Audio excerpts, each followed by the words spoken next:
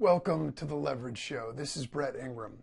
You know, a question that I get a lot is, how do I know whether or not I should outsource, or whether or not I should hire, or whether I'm okay with the existing staff or doing everything myself? And so I want to share with you 3 signals that it's time to start outsourcing or hiring, or at least getting some kind of a help. You know, we're all busy. And we always have more priorities and more things that we can do in a given day than we could possibly ever get done. But there are certain things that are very specific warning signs that are things you want to look for. And if any of these are happening to you, it's definitely time to start outsourcing. So the first one is if you're just plain flat out too busy. If you literally are working longer than normal work hours, longer than normal work days and work weeks, and yet you feel like you're not getting ahead at all. You're either barely treading water or even falling behind. You're definitely past the time that you need to start looking for help. You need to get help right away, and you need to be able to offload some of that stuff. Now again, the process for doing that is, again, you want to give away the stuff that's repetitive, and you want to give away the stuff that either you're not very good at, or that you can find somebody who has a skill in that. Because when you do that, you're leveraging, not only are you getting somebody to do it, but maybe they're even going to do it better than you could do it in the first place, you know, which is always a nice thing to have. So if you're just flat out overwhelmed, if you're working too much, I know in a business that I had started a long time ago, at one point I was literally working 16 hours a day. I was probably sleeping 6 hours a day. And I started to hire some employees because I realized I had just gotten to a point where it was unmanageable. You know, I couldn't provide quality customer service. And despite the fact that I had to spend money to bring people in, I mean, the other alternative was to not serve my customers and to have them get upset and then not want to do business with me anymore. So which costs more? Losing all of your good customers, or spending some money to hire somebody and bring them in? I mean, obviously it's a no-brainer if your business is profitable at all. So that is one of the factors. Now, another warning sign or signal that it's time to outsource and get help is if you are not able to get to the core things that you want to do. The classic example of this is you keep telling yourself that when you get to X, then you'll do Y. Well, when I just get through these things, then I'll be able to get to that thing that's really important that I need to do. You're focused so much on the urgent, you're focused so much on the pressing and the stuff that's on you right now that you don't really have an opportunity or time to focus on the thing that's more strategic and more important for your business in the long run. You know, that is another big signal, because what it means is that you're caught up in the day-to-day, you're caught up in the operations of your business and your company. That is not where you want to be as the CEO, the owner, the founder, or whatever you want to call it. You need to be setting the strategic direction, you need to be having the vision, you need to be thinking things through so you and your company can be several steps ahead of the competition. So you can be monitoring industry trends, so you can be monitoring what's going on with the general economic trends. And also you can hopefully get a good sense of your customer and, you know, have a chance to interact with some and really gather some intel from there, because your customers are going to tell you a lot of really good things about what you can do to improve your business and about stuff that's already working really well that they're happy about. So those are the areas you want to be focusing on. If your head is down and you're processing stuff every day, you're processing orders and you're, you know, shipping or fulfilling or whatever, or taking orders, and you're busy. So it isn't like you're doing that, but you're able to get to everything else.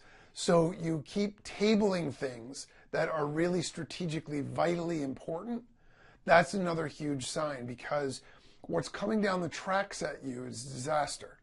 You may not see it or hear it right now, but if you're constantly treading water, it means you're not going to be able to grow. You're not going to be able to see changes and problems and opportunities as they come across the horizon, because your head is down working in the business. And that is going to be a problem, because then you're relying on the fact that what you're doing existingly is going to be enough to continue to survive. Look, if there's any constant in today's economy, in today's business world, is that the only constant, the only thing you can count on is change. Things are evolving, things are changing. Companies, products, brands, people that think that they can just, sort of put their flag in the ground, they create one big success and they can sit back and feel like they don't need to ever evolve or change, they're wrong. I mean, if you just look at Apple, for example, and I'm not suggesting they weren't innovating, but if you just look at the speed with which things happen, they had a dominating market share in tablets, in mobile phones and everything else, because they had gorgeous design and great function and simple use. It didn't take long. Samsung jumped on board and they got right in there, and now their phones are just as good, if not better. They have more flexibility, more features. They're, expandable with other people's third-party memory and stuff like that. And Apple, quite frankly, is taking some lumps. And that's, the lesson to be learned from that is, getting to the mountaintop is only part of it. Staying there is the other half of that. And that's not easy to do if you're constantly being able to, running just on the treadmill trying to get things done. So those are two really big warning signs that it's time to outsource. And then, the third one is just the capability of being able to grow. If you're finding that you're doing a lot of things repetitively, and you're finding that a lot of the things you're doing are not high value things, your company is not able to grow. You're at a point where you're noticing that your sales are either flatlining or maybe they're declining a little bit, but they're just not able to grow anymore. It's because you probably don't have enough manpower. You don't have enough capacity to be able to handle increased demand, increased sales, increased marketing, and be able to handle all of that kind of business. You're already sort of tapped out. You're at a point where you're working nonstop, or you're working on the wrong things nonstop. And so, those are all things that are warning signs that it's time to outsource. Now, the question of whether to outsource or hire is a slightly different one. And that comes down to really the skill set that you're looking for, your budget, of course, and basically what your overall need is going to be. So, for example, if I am doing order fulfillment and it's online, and so I'm setting up customer accounts, I'm doing these other kinds of things, I can outsource that. I don't need a full-time employee to be able to handle that. It's a low skill level type job. It's pretty simple, and that makes it very scalable. Why pay someone full-time wages and hire them to do it? However, if I'm trying to increase my marketing by going into other channels, I want to go into direct mail, I want to go into TV or radio advertising, or I want to start buying media buys online, it's time to actually probably hire a marketing manager. Unless that's going to be your role, then you need to hire somebody to do the rest of the stuff you're doing. That is not a job you're going to outsource very easily. You want someone who's invested in the success of your company. You want someone who's incentivized by how well the company does. So if it's a role, if it's a job, if it's a task that is going to be long-term and it's going to have a big impact on your actual business's profits, your business's sales, your business's brand and image, those kinds of things, that is where you want to start to look at, is there a full-time hire I could make here that would make sense? If it's more of a transactional nature, customer support, order fulfillment, web page updating, any of those kinds of things, particularly if they're not customer facing, those are great things to outsource. They're very easy. And if it's technical in nature.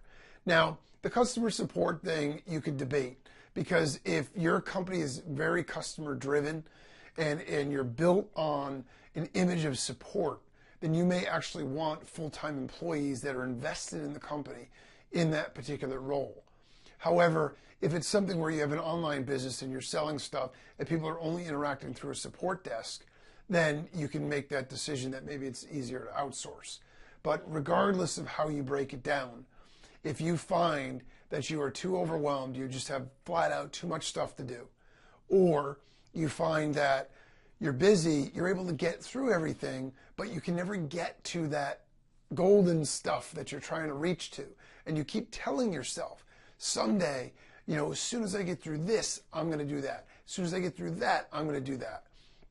If you notice that projects are creeping, deadlines are creeping, oh, well, this is going to be due August 1st. And then it's August 10th and it's still not quite done. And then the next thing, it's going to be done by, August 30th. And then it's September 5th and then September 12th and it's still not done.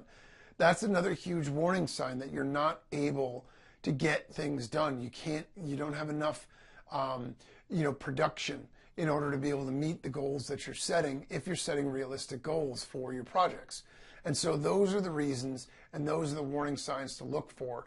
And then it's time to start looking for some more help to get you to where you want to be. As always, if you have any questions or comments, share them with me at levrigeshow.com or tweet them at #levrigeshow. And until next time, make it happen.